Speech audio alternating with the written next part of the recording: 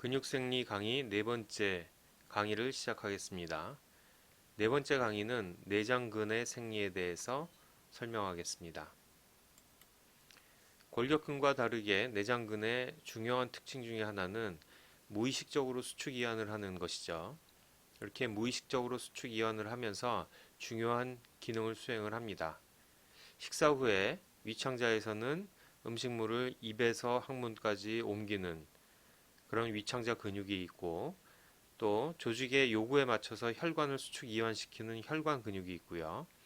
그 다음에 체온 유지를 위해서 땀을 분비하는 땀샘 근육, 소변을 저장하고 배설하는 방광 근육, 이런 것들이 내장근에 속하고, 이런 내장근들은 인체의 내적 외적 환경에 의해서 무의식적으로 수축과 이완의 수준이 결정되고 기능을 수행합니다. 내장근 생리는 골격근 생리에 빗대서 그 차이점을 강조해서 설명하도록 하겠습니다. 먼저 내장 근육 세포의 특징입니다. 골격 근육의 세포의 특징을 앞서 설명했고 조직학에서도 배웠을 테니까 그거에 빗대어서 설명을 하면은, 골격근의 G 라인의 G 디스크에 해당되는 부분이 내장근에선 치밀 소체입니다. 덴스 바디입니다. 이 덴스 바디는 세포 골격에 결합되어 있는데, 그 결합되어 있는 중간 섬유는 데스민 또는 비멘틴이라고 불리는 단백질 사슬에 단단히 결합해 있습니다. 굵은 섬유에 미오신 헤드가 있는데, 이 미오신 헤드에 있는 ATPase는 그 활성 속도가 매우 느린 특징이 있고요. 골격근에서 굵은 섬유와 가는 섬유의 비율이 1대2라고 했는데, 내장근 세포에서는 그 비율이 훨씬 더 낮아서 굵은 섬유 1개에 가는 섬유 10개에서 15개의 비율로 구성되어 있습니다. 또 골격근에서 세포막이 세포질 안쪽으로 함입돼 들어온 T튜블이라는 것이 있었죠. 내장근 세포에서는 이 T튜블에 해당되는 것이 카비올레라는 것입니다. 이 카비올레에는 T튜블과 마찬가지로 그거에 해당된 디하이드로피리딘에 해당되는 전압 개폐성 칼슘 통로가 있는데, 이건 타입이 조금 달라서 CAV1.2 롱 레스팅이지만 CAV1.2 채널입니다. 또 여기에는 나트륨과 칼슘을 안티 트랜스포트하는 그런 역수송체가 밀집되어 있는 곳입니다. 또 카비올레에 접하고 있는, 골격근에서는 T튜블에 접하고 있는 종말수조에 대한 부분도 있겠죠. 여기도 마찬가지로 카비올레에 접하고 있는 근세포질 그물이 있는데, 이 근세포질 그물에는 골격근과 마찬가지로 라이아노딘 수용체가 존재합니다. 하지만 골격근에서는 디하이드로피리딘 수용체와 라이아노딘 수용체는 물리적으로 미케니컬 커플링이 일어나 있다고 했는데, 여기서는 그 정도는 아니고요. 전압개폐성 칼슘 통로를 통해서 세포질 안으로 들어온, 세포 밖에서 세포 안으로 들어온 칼슘이 라이아노딘 수용체를 자극해서 라이아노딘 수용체를 통해서 다시 칼슘이 유출되는 칼슘에 의한 칼슘 유출이 생깁니다. 칼슘 인듀스드 칼슘 릴리즈입니다. 마찬가지로 유리대에서 나온 칼슘은 썰카에 의해서 다시 근세포질로 들어가는 것은 똑같죠. 자, 마지막으로 골격근에는 수축 단백질로 가득 차 있다고 했는데, 내장근 세포에는 그거 이외에도 새로운 단백질 합성이 굉장히 잘 일어납니다. 이것은 거친 근세포질 그물과 골지체가 있어서 그런 거죠. 러프 엔도플라스믹 레티큘럼에서 단백질을 합성을 하고 골지를 통해서 합성된 단백질의 분비도 잘 일어납니다. 오른쪽에 가운데 그림을 보면서 지금까지 설명한 것을 설명하기도 하고 추가적으로 더 특징을 설명하기도 하겠습니다. 내장근 세포는 골격근 세포와 다르게 독립적인 모양을 구성을 하고 있습니다. 하지만 얘네들은 갭 정션을 통해서 서로 세포 간의 교통을 하고 있는 그런 특성도 가지고 있습니다. 또 앞서 얘기한 대로 치밀 소체가 있고, 치밀 소체에는 가는 섬유가 연결돼 있고, 가는 섬유와 가는 섬유 사이에 굵은 섬유, 마으신이 있죠. 세포막은 세포 안으로 살짝 함입돼 들어가는 카비올레라는 그런 세포질의 구성도 보입니다. 자, 수축을 하게 되면은 골격근과는 다르게 세포 자체가 찌그러지고 길이 단축이 상당히 많이 일어나게 됩니다. 위에 전자현미경 사진을 보게 되면 세포막이 함입되어 있는 카비올레가 보이고 카비올레에는 인근에 사르코플라스미 레티큘럼이 같이 연결되어 있는 모습도 보입니다. 중간중간에 틱 필라멘트가 굵은 섬유가 굵은 점으로 보이죠. 확대한 사진을 보게 되면은 굵은 섬유 하나에 가는 섬유가 10개 넘게 배열되어 있는 모습을 볼 수 있습니다. 맨 아래 전자미형 사진을 보게 되면은 사르코플라스미 레티큘럼이 세포막 쪽으로 뻗어나가가지고 세포막 주변에서 서페이스에서 커플링을 이루고 있는 요 부분이 이제 카비올레가 되겠죠. 요 그런 부분도 볼 수 있습니다. 골격근에서는 골격근의 종류를 1형과 2형으로 나눴는데 내장근에서는 그런 식으로 나누지 않고 단단위 내장근과 다단위 내장근으로 나뉩니다. 이 단단위와 다단위 내장근으로 나뉘는 것은 갭정션이 얼만큼, 이 틈새 이음이 얼만큼 풍부하게 돼 있어서 세포 하나하나가 독립적으로 작용하느냐 아니면은 전체가 세포군 전체가 같이 작용하느냐에 따라서 나뉜 것입니다. 먼저 단단위 내장근을 보게 되면은 위창자 내장근이 대표적인데 이 근육세포에서 발생한 활동 전이가 틈새임을 통해서 옆세포로 전달되고 해서 전체적인 수축이 모든 단단히 내장근, 위창자를 싸고 있는 근육들이 조화롭게 수축 운동을 할 수가 있겠죠. 그러면서 음식물이 항문 방향으로 이동이 됩니다. 틈새임이 워낙 풍부해서 마치 하나의 세포처럼 움직인다 해서 기능적 하포체라고도 부릅니다. 반면에 기관지를 감싸고 있는 내장근의 경우에는 다단위 내장근의 대표적입니다.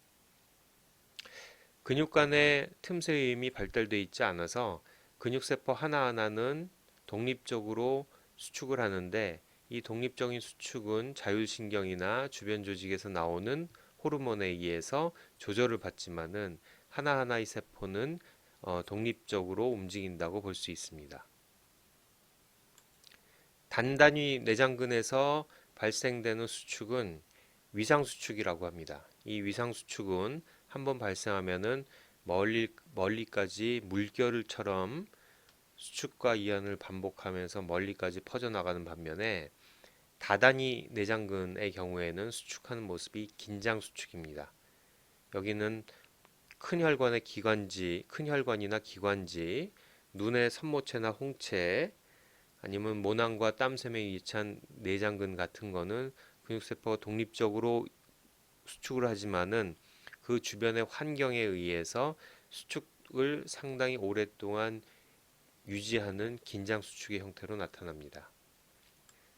아래 그림을 보면은 다단위 내장근과 단단위 내장근을 볼 수 있습니다. 이 가장 큰 차이는 갭정션, 틈새임이 잘 발달되어 있는지 아닌지에 의해서 결정이 된다고 해도 과언이 아닙니다. 자, 골격근에서 흥분, 수축 연결을 할 때 세포막, 근세포막의 활동 전이에 대해서 얘기를 했었죠. 내장근에서도 세포막의 활동 전이가 어떤 차이가 보이는지 설명하겠습니다. 내장근의 세포막 전이는 일단 레스팅 상태에서 골격근보다 상당히 높습니다. 그래서 안정막 전이가 약 마이너스 60mV 정도로 보통의 골격근보다는 좀 훨씬 더 높은 편에 속합니다. 활동 전이가 안정막 전이로부터 자극에 의해서 활동 전이가 발생하는데 활동 전이의 모습은 골격근에서는 5ms 정도 듀레이션의 아주 일정한 활동 전이를 보인다면은 내장근에서는 활동 전이가 크게 두 가지로 나뉠 수 있습니다. 첫 번째는 그림의 왼쪽 상단에 보이는 활동 전이의 모습인데 듀레이션이 약 10에서 50ms 정도로 좀 도톰한 정도의 활동 전이죠. 하지만 두 번째 활동 전이에 비하면은 훨씬 더 듀레이션이 짧습니다. 이런 모양의 활동 전이는 보통 단단히 내장 근육에서 이런 모양의 활동 전이가 보입니다. 두 번째 활동 전이는 그림 아래에서 보는 것 같이 아주 넓은 폭의 활동 전이입니다. 심지어는 활동 전이의 폭이 1초까지도 길어질 수도 있습니다. 이런 활동 전이를 보이는 근육은 보통 다단위 근세포에서 이런 활동 전이를 보입니다. 이런 긴 활동 전이를 통해서 충분한 칼슘이 세포 안으로 들어와서 수축에 필요한 칼슘을 충분히 확보하는 그런 장점이 있습니다. 이런 넓은 폭의 활동 전이를 만들어내는 이유는 나트륨에 의한 전압계폐성 나트륨 통로에 의한 활동 전이가 아니라 전압계폐성 칼슘 통로에 의한 활동 전이이기 때문에 그렇습니다. 이 칼슘 통로는 나트륨 통로에 비해서 상당히 천천히 열리고 오랫동안 지속되고 천천히 닫히는 그런 특징을 보이죠. Long Lasting 칼슘 채널로 L타입 CAV1.2 타입입니다. 골격근에서는 이런 전압계폐성 칼슘 통로가 T튜브에 있어서 이게 이제 디하이드로피린 리셉터인데 얘가 라이오딘 수용체를 연다고 했는데 그런 기능 말고도 이 CAV1.2는 이 자체만으로도 상당히 많은 칼슘을 세포 안으로 끌고 들어와서 칼슘 공급을 통해서 수축 작용이 일어나는 교차다리 주기를 돌리는데 충분한 칼슘을 공급하는 역할을 해줍니다. 자, 골격근에서는 신경의 명령, 운동신경의 명령에 의해서 활동 전이를 통해 가지고 수축이 일어났다고 했죠. 하지만 내장근 같은 경우에는 심지어는 활동 전이가 없이도 수축을 할 수 있습니다. 이런 수축은 그 안구의 홍채나 모낭 근육에서 보일 수 있는데요. 이런 다단위 내장 근육 같은 경우에는 그냥 신경 물질이나 호르몬에 의해서 세포막에 있는 채널이 열리면서 통로가 열리고 그를 통해서 칼슘이 들어오면 그것만으로도 활동 전이 없이 수축을 유발할 수 있습니다. 골격근과 달리 내장근 세포는 스스로 수축을 할 수 있다고 그랬죠. 이런 스스로 수축할 수 있는 자가 흥분성, 과연 무엇이 세포막의 안정막 전이를 스스로 흥분시켜서 활동 전이 또는 충분한 칼슘이 들어오는 그런 탈분극된 세포막으로 유도하는가에 대한 설명이 다양하게 진행되고 있습니다. 가장 잘 알려진 것은 심장에서 나타나는 자동 흥분성이죠. 위창자에서 나오는 그런 자가 흥분성에 대해서 대표적인 Interstitial Cell of Cahal이라는 카할 세포에 관련된 내용을 잠깐 살펴보겠습니다. 자, 그림으로 설명하게 되면은 이 카할 세포는 역치값이 낮은 트레시홀드가 낮은 볼테이지 게이티드 칼슘 채널이 있습니다. 얘네들은 어느 정도 수준만 되면은 1번에서 1번 상태에서 보는 것 같이 열립니다. 열리면은 칼슘이 세포 밖에 있는 게 안으로 들어오면서 액션 포텐셜이 형성이 되죠. 꽤 굵은 액션 포텐셜이 형성이 됩니다. 세포질 안으로 들어온 칼슘은 세포막에 있는 또 다른 채널을 활성화시키는데 그것은 포타슘 채널입니다. 이거는 칼슘 디펜던트 포타슘 채널로 얘네들이 열리면은 포타슘이 안에 있는 게 밖으로 나오면서 과분극이 일어나겠죠. 재분극 또는 과분극 5번에서 6번 상태로 갑니다. 그래서 5번, 6번 상태가 돼가지고 충분히 과분극이 되면은 다시 포타슘 채널이 닫히면서 세포막에 있는 릭 채널에 의해서 점점 세포막은 탈분극이 스물스물 일어납니다. 그러다가 다시 볼테이지 게이티드 칼슘 채널을 열면은 다시 활동전이 또는 탈분극이 일어나고 그 들어온 칼슘에 의해서 포타슘 채널이 열리면서 과분극이 일어나고 다시 닫히면서 점점 디폴되면서 탈분극되면서 다시 볼테이지 게이티드 칼슘 채널이 나오고 이것들이 반복되면서 주기를 이루는 이런 서파라는 것을 만들어내면서 이 서파에 따라서 자가 흥분성이 촉진됩니다. 이런 서파, 이런 막전이의 율동적인 변화는 주변에 있는 틈새 힘을 통해서 주변에 있는 세포로 빠르게 전파돼 나가겠죠. 그러면서 단단히 근육인 위창자 근육은 동시에 수축하는 그런 모습을 보이기도 합니다. 막전이를 조절하는 신경도 있습니다. 이 신경이 또 신경 근접합을 가지고 있죠. 골격근처럼 아주 구조화되진 않았지만 있습니다. 내장 근육을 지배하는 신경은 자율신경계로 교감신경과 부교감신경이죠. 그래서 교감신경에선 신경근접합에서 노에피네프린 또는 에피네프린이 분비되고 교감신경의 신경근접합에서는 아세틸콜린이 분비됩니다. 이 신경근접합의 모양에 따라서 이 신경근접합이 골격근에서 보이는 신경근접합처럼 밀접하게 접촉하고 있는 접촉이음이 있고 또 그렇지 않은 광범위 이음이 있습니다. 이렇게 구분이 됩니다. 자, 그림으로 정리를 하고 넘어가면 전자현미경 사진, 이 위에 있는 전자현미경 사진에서 보이는 것은 위창자에서 있는 내장근을 찍은 것입니다. 여기 화살표로 된 별표로 지적한 부분이 근세포와 근세포 사이에 있는 카할 간질세포입니다. 여기서 율동적인 서파를 만들어낸다고 했죠. 얘네들은 주변에 있는 근세포의 갭전션을 통해서 막전이를 전달해 줍니다. 자, 오른쪽에 있는 전자현미경 사진은 혈관을 싸고 있는 다단위 내장근세포를 보여주는 것입니다. 왼쪽에 있는 근세포와 다르게 오른쪽에 있는 근세포는 조금 더 독립적으로 되어 있는 모습을 볼 수가 있겠죠. 자, 아래 그림에 왼쪽에는 단단히 내장근입니다. 갭정션이 아주 풍부하게 발달되어 있는 반면에 오른쪽에 있는 다단히 내장근 같은 경우에는 근육세포들이 모두 독립적으로 분포되어 있고 갭정션이 거의 없는 모습입니다. 여기에 분포하고 있는 신경을 같이 그렸는데 신경에 있는 이런 베리코스티라고 하는 부분들이 신경 근접합에 해당되는 부분이죠.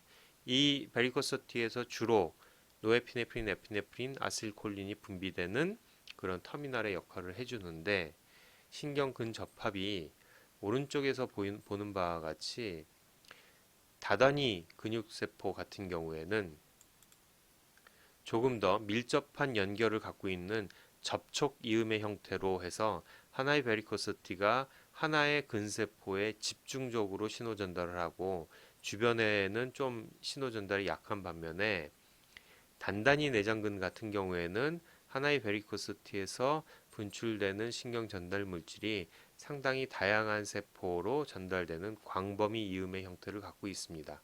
어차피 단단히 근육의 경우에서는 어떤 세포를 자극하더라도 갭정션으로 그 신호가 같이 공유하기 때문에 광범위 이음이 훨씬 더 효율적이겠죠. 신경 근접합에서 골격근 같은 경우에 아세틸콜린, 니코티닉 아세틸콜린 수용체 이렇게 딱 정해져 있지만 내장근에서는 일단 자율신경이 교감신경과 부교감신경으로 나뉘고 나오는 게 노에피네프린, 에피네프린 또 부교감신경에서 아세틸콜린이 나옵니다.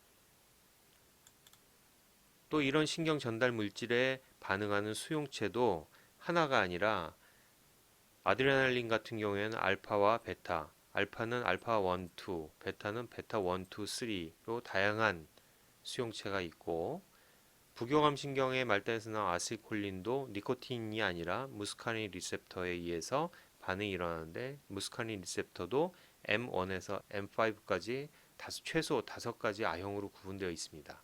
그렇기 때문에 골격근처럼 아세틸콜린이 나오면 수축하는 아주 단순한 그런 운동이 아니라 어떤 근육에서는 교감신경에 의해서 수축도 일어나고 이완도 일어나고 어떤 근육에서는 아세틸콜린에 의해서 수축이 일어나고 이런 식으로 상당히 다양한 운동의 형태가 나옵니다. 이 부분에 대해서는 자율신경, 신경과학에서 자율신경을 배울 때 좀 더 자세히 배울 것입니다. 또 주변 환경의 변화에 의해서도 내장근세포가 스스로 활동을 하거나 억제, 이완된 상태로 있을 수 있죠. 이런 주변 분비나 내분비 호르몬에 의해서 내장근 세포가 막전이를 흥분시키는 흥분 신호가로 작용하기도 하고 또는 억제 신호로 자극해가지고 이완하는 상태를 유지하기도 합니다. 각 장기를 배울 때 이런 부분에 대해선 호르몬의 역할에 대해서는 좀 더 자세히 배울 것입니다. 주변 환경 변화에 의해서도 수축 이완 운동을 할 수 있는데 가장 대표적인 게 산소 소모가 높은 조직에서 그러면은 산소 농도가 줄어들고 이산화탄소가 높아지고 pH가 낮아지는 그런 현상이 나타나죠. 이런 경우에 동맥이 이완을 하면서 혈액을 더 많이 공급을 한다든지 이런 식으로 동맥, 특히 소동맥 주변의 환경 변화는 소동맥의 내장근을 직접적으로 수축 또는 이완시킬 수 있는 그런 작용을 합니다. 이런 주변 대사 물질이 아데노신, 젖산, 칼륨 뭐 이런 것들이 아주 잘 알려져 있습니다. 내장근 세포 내의 칼슘의 순환은 골격근에서의 칼슘의 순환보다 훨씬 더 중요합니다. 또 이런 내장근 세포의 칼슘 조절에 관련된 약들도 지금 타깃이 돼가지고 개발이 되고 있기 때문에 앞으로는 더 중요해질 겁니다. 따라서 앞으로 나오는 4페이지에 관련돼서는 내장근 세포 생리의 가장 핵심이라고도 설명할 수 있습니다. 골격근에서는 세포 밖에서도 칼슘이 들어오고 세포 안에서도 칼슘이 나가지만 세포질 그물에서 밖에서 들어오는 칼슘은 거의 영향이 없고 세포질 그물에서 나오는 칼슘에 의해서 수축이 일어난다고 했죠. 내장근 세포도 마찬가지로 밖에서 또는 세포질 그물에서 모두 다 세포질 칼슘을 높입니다. 하지만 모두 다 중요합니다. 밖에서 들어오는 칼슘도 중요하고 세포질 그물 안에서 들어오는 칼슘도 중요합니다. 설명은 그림으로 통합적으로 하도록 하겠습니다. 세포막과 근세포질 안에 있는 통로들이 주요한 통로가 한 4개 정도가 있는데 이 4개 대해서 확실하게 알아두길 바랍니다. 첫 번째는 골격근에서도 볼 수 있는 롱타입 칼슘 채널, 여기에서는 CAV1.2라고 그랬죠. 이 칼슘 채널은 막전이가 활동전이가 되면은 그거에 반응해서 칼슘이 안으로 세포 밖에서 세포 안으로 유입돼 들어오게 합니다. 이 채널은 이 방식은 세포막의 활동전이에 의해서 세포 밖에 있는 칼슘이 세포 안으로 들어오는 것입니다.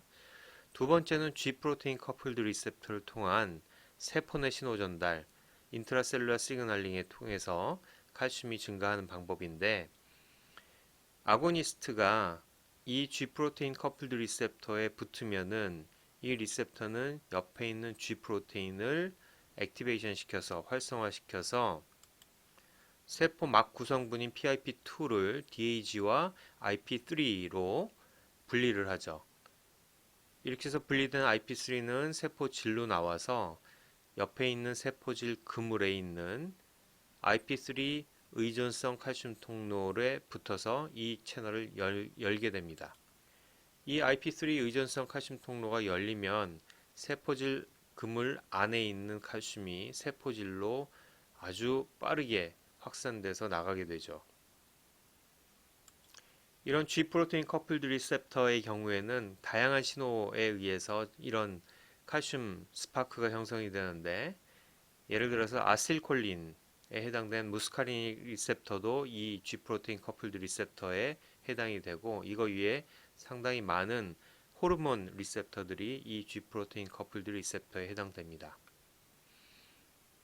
세 번째 경로는 세포막에 있는 전압계폐성 칼슘 통로를 통해서 들어온 칼슘 자체가 라이아노딘 리셉터를 활성화시켜 가지고 칼슘이 세포질 그물에서 다시 라이아노딘 리셉터를 통해서 세포질로 방출되는 그런 경로입니다. 그림에서 3번 경로에 해당됩니다. 이런 방식은 칼슘 인듀스드 칼슘 릴리즈라고 ICR이라고 얘기를 하는데 이렇게 근세포질 그물에서 IP3 리셉터나 라이아노딘 리셉터를 통해서 칼슘이 방출되는 것은 칼슘에 반응하는 형광 물질을 집어넣어 가지고 리코딩을 하면은 세포질 그물 주변에서 스파크가 일어나서 반짝반짝반짝 한다고 해가지고 칼슘 스파크라고 표현하기도 합니다. 자, 이런 식으로 외부 신호에 의해서 칼슘이 세포질 그물에 있는 칼슘이 소모가 되면은 이 그물 자체의 칼슘도 보충을 해야 되겠죠. 세포 밖에 아주 풍부한 칼슘을 세포질로 끌어 들어온 다음에 다시 썰카를 통해서 세포질 그물에다가 저장을 해야지 다음 신호에 반응할 수 있습니다. 이런 역할을 해주는 것은 칼슘 방출 활성 통로입니다. 칼슘 릴리즈 액티베이티드 채널이라고 합니다. 크랙이라고 얘기하고 앞서 얘기한 CICR과 좀 구분했으면 좋겠습니다. 이거는 또 다른 용어는 저장소 운영 칼슘 통로, 스토리지 오퍼레이티드 칼슘 채널이라고 얘기를 합니다. 자, 교재에 G 프로테인 커플드 리셉터에서 좀 더 자세히 설명해 놨습니다.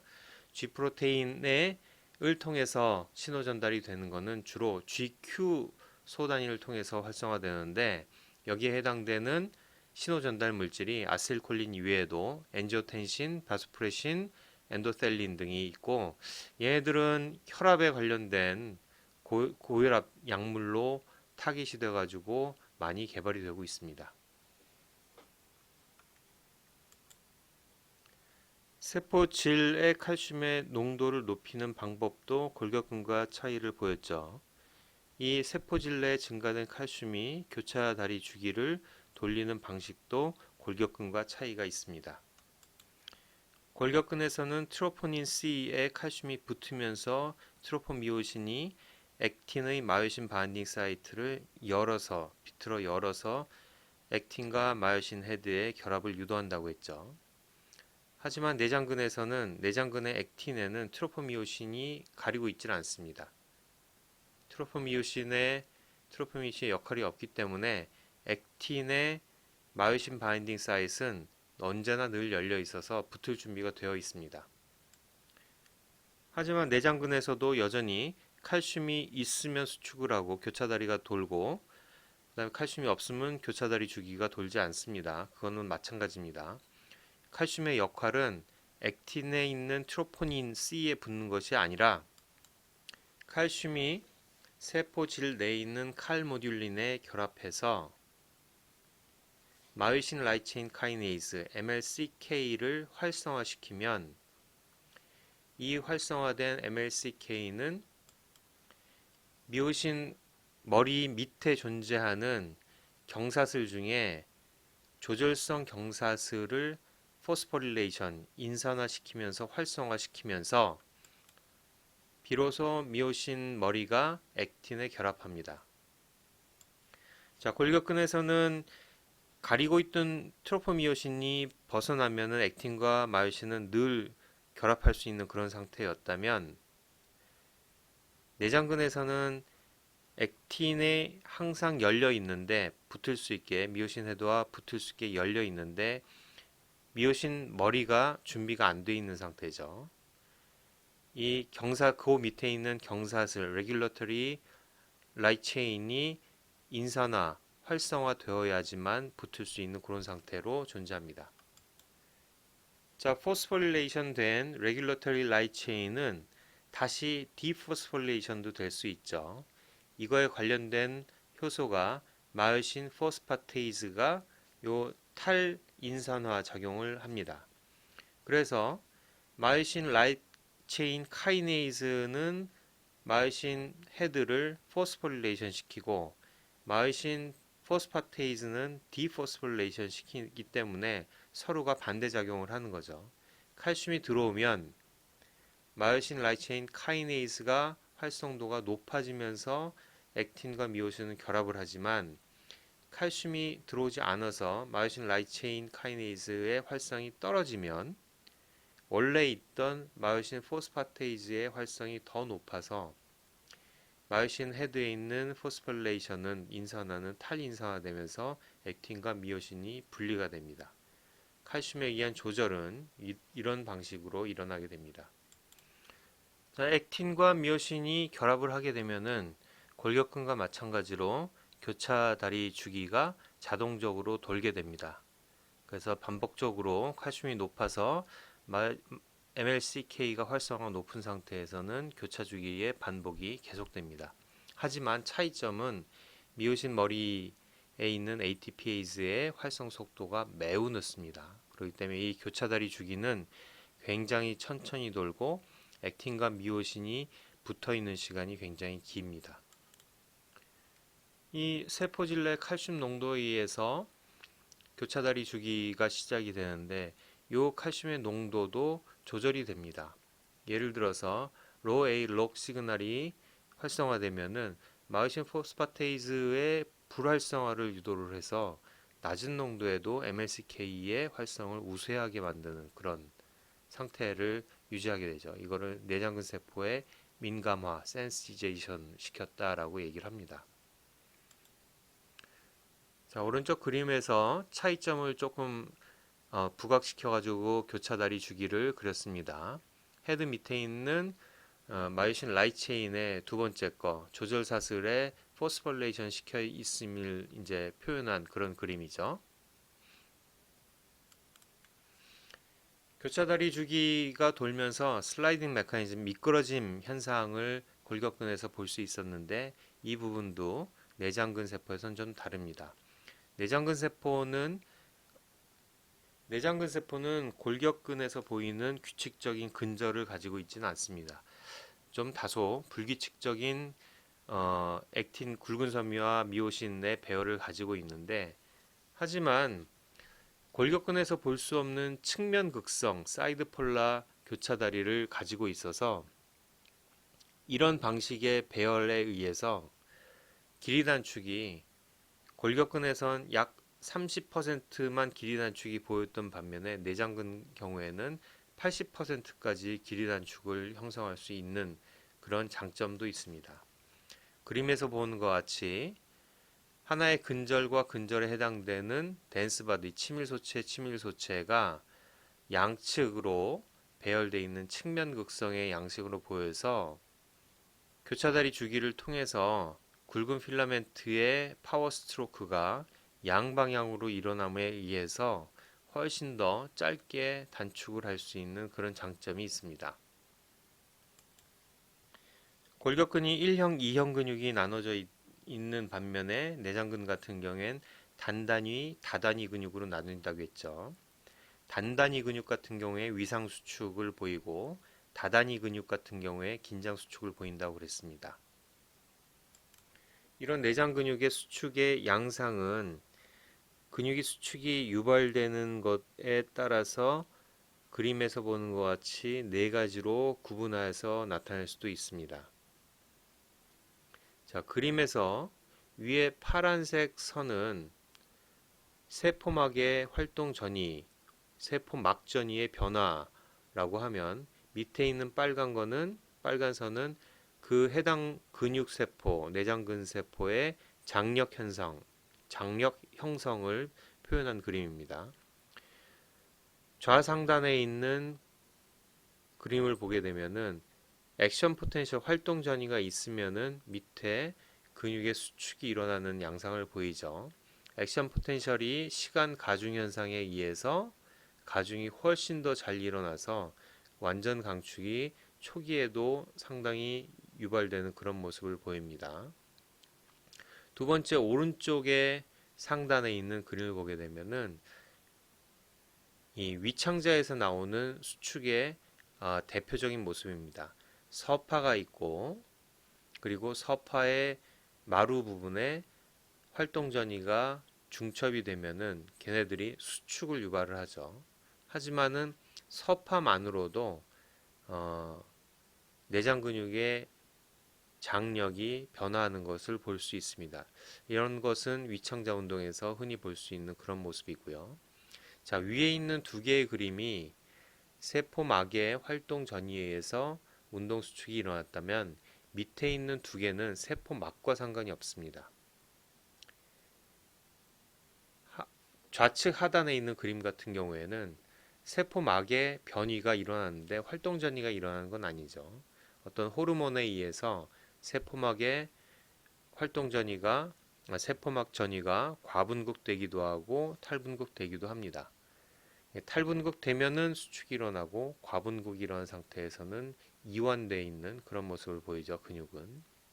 반면에 우측 하단에 있는 그림 같은 경우에는 세포막이랑 전혀 상관없이 어떤 호르몬이 붙으면 수축을 하고 어떤 호르몬이 붙으면 이완을 하고 세포막과는 전혀 상관없는 그런 상황. 이 좌측 하단 같은 경우에 우측 하단 같은 경우에는 어, 순수하게 약물에 의한 G 프로테인 커플드 리셉터에 의한 세포질 그물에서 나오는 칼슘만으로 수축이 일어나는 그런 상황입니다. 이 내장근 세포의 네 가지 수축 양상은 꼭 기억하기 바랍니다. 위에 두 개 그림에 대한 수축 양상이 위상 수축을 설명하는 그림이라고 생각하면 됩니다. 대부분의 단단위 내장 근육은 이와 같은 수축 양상을 보이고 아래 그림을 보게 되면 자극이 들어가면 칼슘이 농도가 세포질 내 칼슘이 올라가죠. 그리고 교차다리 주기가 돌면서 그건 좀 더 길어지죠. 그러면서 근육세포 자체에 힘이 발생을 합니다. 그래서 자극이 들어가면은 상당히 오랫동안 힘이 유지되고 다시 장력은 레스팅 상태로 돌아오는 그런 양상입니다. 하지만 이 근육세포의 활동은 옆에 틈새임 갭정션으로 이어져 있기 때문에 옆에 있는 근육도 똑같이 수축을 유발을 하고 그 옆에 있는 것도 똑같이 수축을 유발을 하고 해서 결국은 물결 모양의 연동적인 그런 수축의 양상을 보일 수 있습니다. 주로 이런 위상성 수축은 근육세포 자체가 주변 환경에 반응을 해가지고 수축이 나오는 게 가장 많은 비율이고 그렇기 때문에 근원성 수축이라고 얘기하고 자율신경계에 의한 수축은 주로 수축 운동을 조절하는 역할을 담당을 합니다. 다단위 내장근의 경우에는 수축의 양상이 긴장 수축이라고 얘기했습니다. 자, 이 그림을 위의 그림과 비교해 보면 자극이 단발성으로 한 게 아니라 자극이 좀 길게 가죠. 길게 가 있는데 초반에 칼슘이 왕창 높아졌다가 다시 어느 정도 수준까지 3분의 1 정도 수준까지 내려갑니다. 이거에 따라서 교차다리 주기에 도는 거는 한번 피크를 그린 다음에 다시 내려와서 교차다리 주기의 속도가 줄어들었다는 걸 얘기를 하는 거죠. 교차다리 주기가 줄어들었다는 것은 회전이 줄어들었다는 것은 사용하는 ATP가 줄었다는 겁니다.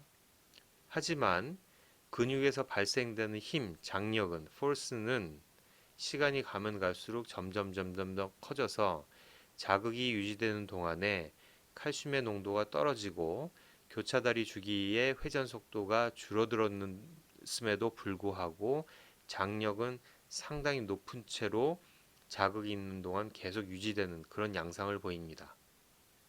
이런 양상이 토닉 컨트랙션, 긴장 수축에서 나오는 양상입니다. 만약에 이런 수축이 일어난다면은 적은 ATP 사용으로 교차다리 주기를 적게 돌리니까 적은 ATP 사용으로 효율적인 힘을 발휘할 수 있는 그런 수축 역학이 나오겠죠. 이것을 설명하는 것은 걸쇠 현상이라는 기전으로 설명을 합니다. 교차다리 주기가 돌고 있는 동안에 세포질 내에 칼슘이 줄어든다, 칼슘 농도가 낮아진다 하면은 포스파테이즈의 활성이 높아지면서 미오신 머리에 인산화가 풀리면서 이제 탈인산화가 진행되면서 교차다리 주기가 어떻게 변할지 내장근 세포에서 교차다리 주기가 돌고 있는 순간에 세포 내에 칼슘의 농도가 낮아지면 어떻게 될까요? 칼슘의 농도가 낮으면은 마요신 포스파테이즈의 활성이 높아지면서 마요신 헤드에 있는 인산화가 떨어져 나가게 됩니다. 디액티베이션 된 상태가 되죠. 자, 그림의 우측에서 화학식을 보게 되면은 마요신 라이트 체인 카이네이즈가 칼슘에 의해서 활성화되면은 마요신의 포스포릴레이션이 되죠. A 플러스 MP가 됐을 경우에 이제 우리가 알고 있는 교차다리 주기입니다. K3와 K4의 반응을 통해서 교차다리 주기가 열심히 돌고 있죠. 굉장히 빠르게 하지만 골격근보단 굉장히 느리게 자기 나름대로 최선을 다해서 돌리고 있습니다. ATP를 사용하고 있습니다. 스트로킹과 리카킹, 스트로킹, 리카킹 하면서 계속 수축이 일어나고 있는 거죠. 이 상황에서 칼슘이 세포 농도가 떨어졌다. 그러면 K2 또는 K5의 경로를 통해 가지고 마요신 머리가 디포스폴레이션 됩니다. 그러면 포스폴레이션 되지 않은 마요신 헤드를 갖고 있으면은 교차다리 주기는 순환하지 않고 액틴과 마요신이 붙어 있는 놈만 액틴과 마요신의 분리까지만 일어납니다. K7 반응만 일어나고 다시 붙지는 않습니다. 하지만 이 K7의 반응은 굉장히 느립니다. 아주 느립니다. 마치 쥐가 난 것처럼 근육에 ATP가 없어서 쥐가 난 것처럼 느립니다. 계속 붙어 있기만 합니다. 그러다가 다시 세포질 내의 칼슘 농도가 높아지면 언제든지 다시 AMP 또는 A 플러스 MP로 전환이 될 수 있죠. K1과 K6를 통해 가지고 다시 정상적인 교차다리 주기로 돌아갈 수 있습니다. 왼쪽 그림에서 보는 것 같이 빨간색으로 도는 것은 정상적인 교차다리 주기를 돌고 있습니다. 마요신 헤드에 포스폴레이션 된 상태에서 돌고 있는 느리지만 최대한 빨리 돌고 있는 상태입니다. 이 어떤 단계든지 칼슘 농도가 떨어지면 디포스폴레이션이 되면서 천천히 도는 K7 반응이 형성이 됩니다. 그러면 순환되지는 않지만 붙은 상태에서 액틴미오신이 떨어지는 때까지가 굉장히 천천히 돌기 때문에 이런 상태를 걸쇠, 뭐에 걸려 있는 상태가 됐다 해서 걸쇠 현상, 레치 브릿지 피나미넌이라고 얘기를 합니다. 골격근의 경우 쥐가 났을 때 또는 사후 강직에서 ATP가 없으면은 근육에 액틴 마이오신이 결합된 상태에서 굉장히 단단한 장력을 유지하고 있는다고 그랬죠. 수축이 되지는 않지만 장력을 유지하고 있는다고 했습니다.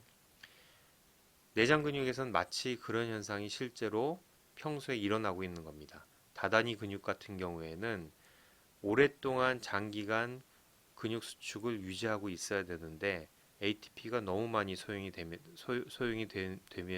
비효율적이기 때문에 세포질 내에 칼슘이 없는 상태에서는 마치 쥐가 난 것처럼 어떤 상태에서 교차다리 주기의 어떤 상태에서 장력을 유지하고 수축은 하지 않고 유지만 하고 있는 그런 상태를 유지하게 됩니다. 이러면은 이거를 걸쇠 현상이라고 하고 칼슘이 높아졌을 때 어느 정도 수축이 일어나고 칼슘이 빠져나간 상태에서도 그 장력을 계속 유지하는 아주 에너지 효율적인 긴장 수축을 유지하는 모습을 가질 수 있습니다. 다다니 근육에서 흔히 볼 수 있는 현상이고 다다니 근육은 보통 자율신경의 말단에서 나오는 아세틸콜린과 노에피네프린에 의해서 수축이 일어나기 때문에 신경원성 수축이라고 얘기를 합니다. 내장 근육이 이런 식으로 수축을 하면은 이제 수축이 외부에 어떤 영향을 끼치는지 역학에 대해서 얘기를 해야겠죠. 골격근과 같이 길이 장력 관계에 대해서 먼저 얘기했습니다. 골격근에서 어떤 근절에 최적 길이라는 것이 있어서 최적 길이보다 길어지거나 짧아지면은 수축력이 최대 수축력이 감소한다고 얘기를 했습니다. 내장근도 마찬가지입니다. 최적 길이가 있고 옵티멈 랭스가 있고 그거보다 길어지거나 짧아지면은 수축력이 최대 수축력이 감소하는 그런 모습을 보입니다. 오른쪽 그림의 제일 윗부분에 해당됩니다. 하지만 내장 근육은 다른 점은 이 옵티멀 랭스가 변한다는 거죠. 그래서 만약에 내장 근육이 과도하게 익스텐션 돼가지고 어느 시간 유지가 되면은 액틴 미오신이 더 자라나서 어댑테이션이 돼가지고 이런 식으로 길이 배열이 변합니다. 그래서 옵티멈 랭스가 아래 그림 보는 것 같이 1.3배 길어지기도 하고 0.7배로 감소하기도 합니다. 그래서 다시 내가 있는 근육의 길이, 내가 취하고 있는 근육의 길이에 맞춰서 옵티멈 랭스를 조절을 해서 자극이 들어오면은 최대 수축을 할 수 있는 그런 상황을 스스로 만든다는 거죠. 이것을 길이 적응이라고 합니다. 자, 임신한 자궁을 한번 설명을 해볼까요? 태아가 있으면서 10달 동안 아기가 크면서 자궁은 주먹만해졌던 게 수박만해집니다. 그러면은 이 자궁을 둘러싸고 있는 내장근 세포는 옵티멈 랭스에서 멀어지는 거죠. 하지만 10달 동안에 이 내장 근육은 점점 자기가 길이 적응을 해서 액틴 미오신을 더 생성을 해서 내가 아기를 품고 있을 때의 신호위에서 최대 수축을 이룰 수 있도록 길이 적응을 해냅니다. 내장근 세포는 골격근보다는 훨씬 수동 탄성 복원력이 더 강합니다. 엘라스틴과 콜라겐 결체 조직으로 굉장히 잘 구성되어 있기 때문에 수동 탄성 복원력은 훨씬 더 좋습니다. 그렇기 때문에 길어진 근육들이 쉽게 다시 짧아지는 것은 수동 복원력에 의해서 훨씬 도움을 많이 받게 됩니다. 이런 길이 적응은 실제 위장에서 음식물이 들어왔을 때 위장이 늘어나는 것, 수용성 이완, 긴장성 이완 반응 이런 것들을 흔히 볼 수 있습니다. 방광에서 소변이 차는 것도 그렇고 이런 길이 적응은 아주 쉽게 흔하게 일어나고 있습니다.